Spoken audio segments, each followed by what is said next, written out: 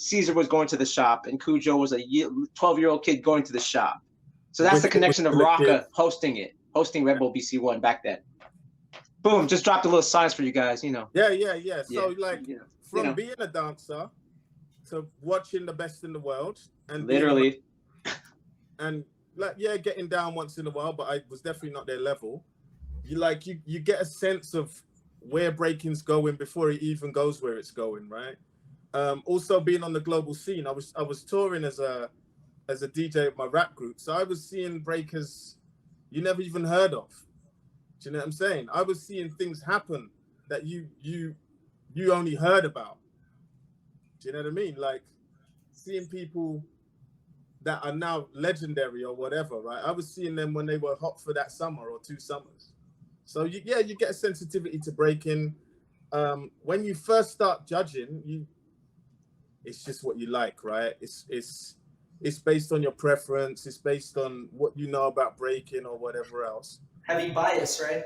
Yeah, super biased, right? And as time goes by, you start to analyze what you're doing, and you kind of take it a bit more seriously because it started to become really serious in the 2000s. You know, the competition prize money started to go up. People started to get a little bit more aggy about winning or losing. You know, that's when the trend of calling judges out started. Here, let's talk about that real quick. Let's put a pin on it. Let's talk about that real quick. Put a pin on it, yeah. Because, you know, I'm just going to be very forward and say, you know, if you call out judges, I'm not against it. But it is saying, Mom and Dad, you don't like me. You have a problem with authority and parents. That's all I'm saying. The thing is, if you do that, you're biting K-Mel. I'm going to keep silent right there. Or what I just said, I'm going to keep silent. K-Mel started that shit. K-Mel started that trend. Right? I'm telling you. And then other people started to copy it. And then it got crazy out of hand at some point. And then nobody even does it anymore. The trend is... last year, Jeffro called out... Not really, though. That's like really rare. That's why it was so big. You know, like it's not something that happens at every jam. For a while, it was happening at every jam in the freaking 2000s, right? And most of the time, it was completely crap. But whatever. Like, it doesn't prove anything. What does it prove? Well, when was the last time someone called the judges out at UK Champs or IBE or Red Bull BC1, like the serious events? It just doesn't happen, right? It's fine for it to the silliness to continue at grassroots events or whatever and pretend it's part of the culture, even though it started in the late 90s, you know, like whatever.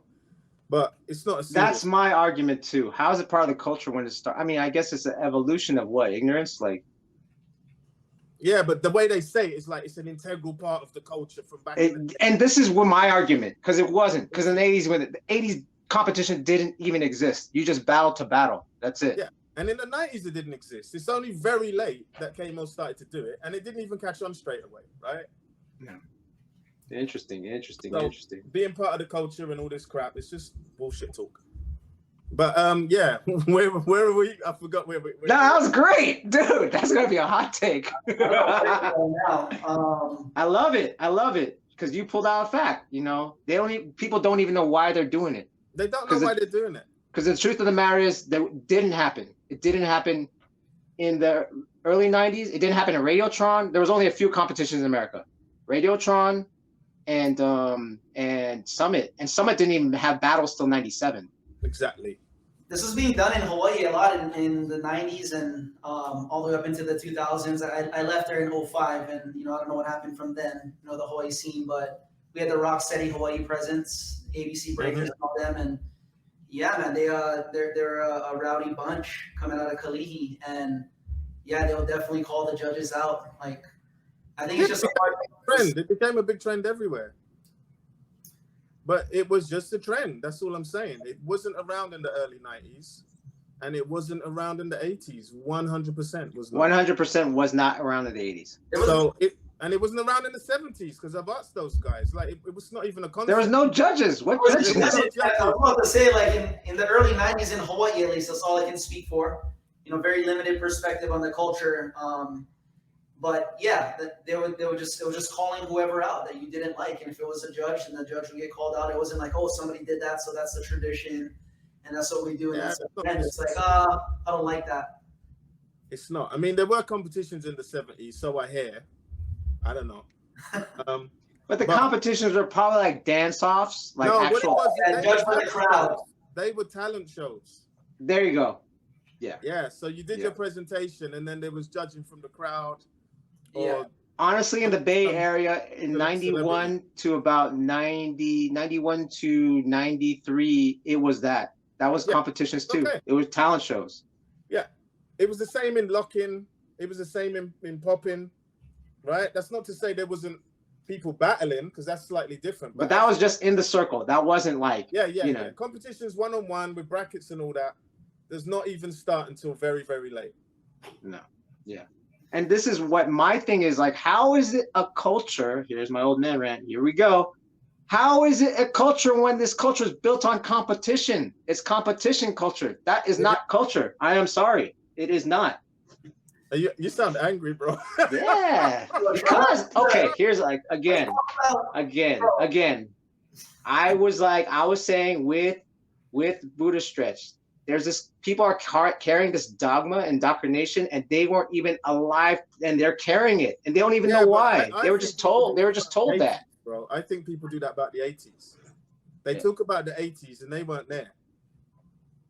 And they tried to tell people who were there what it was like. And I'm just like, that is not what happened, man. Yeah, who's doing that? Lots of people do that. Lots of people talk about how we were exploited in the 80s. Like we took no part in it. When I first started dancing, right? When I first started breaking and popping and all that, I was doing shows, mate. I was getting paid to dance. I was a professional dancer because I was being paid to dance. And then at some point, the phone calls stopped. What? You couldn't Running Man. See? You didn't catch up. You didn't do the Running Man, dog. You didn't do the Running Man. No, you didn't do the Roger Rabbit. Anymore, right? All of a sudden, the phone calls stopped. I was sponsored by a freaking jeans company at 14 years old. Oh, damn. Yeah, for breaking. Really. So eventually, when breaking goes out, they're not interested anymore. You're not on their roster anymore, right? You didn't have a good Cabbage Patch, Kev. Yeah, I didn't move on with the times until later, right? But I still wanted to break, man. I fucking loved breaking. I commend you for that. Hey, I actually commend you for that. I was a kid. I was what? When I stopped, I was about 16, 17 years old, man. I was one of the sheep. I was like, okay, breaking's old, it's dead. Yo, this is Shadow Rock and ProfoWon. And this is Jasoul.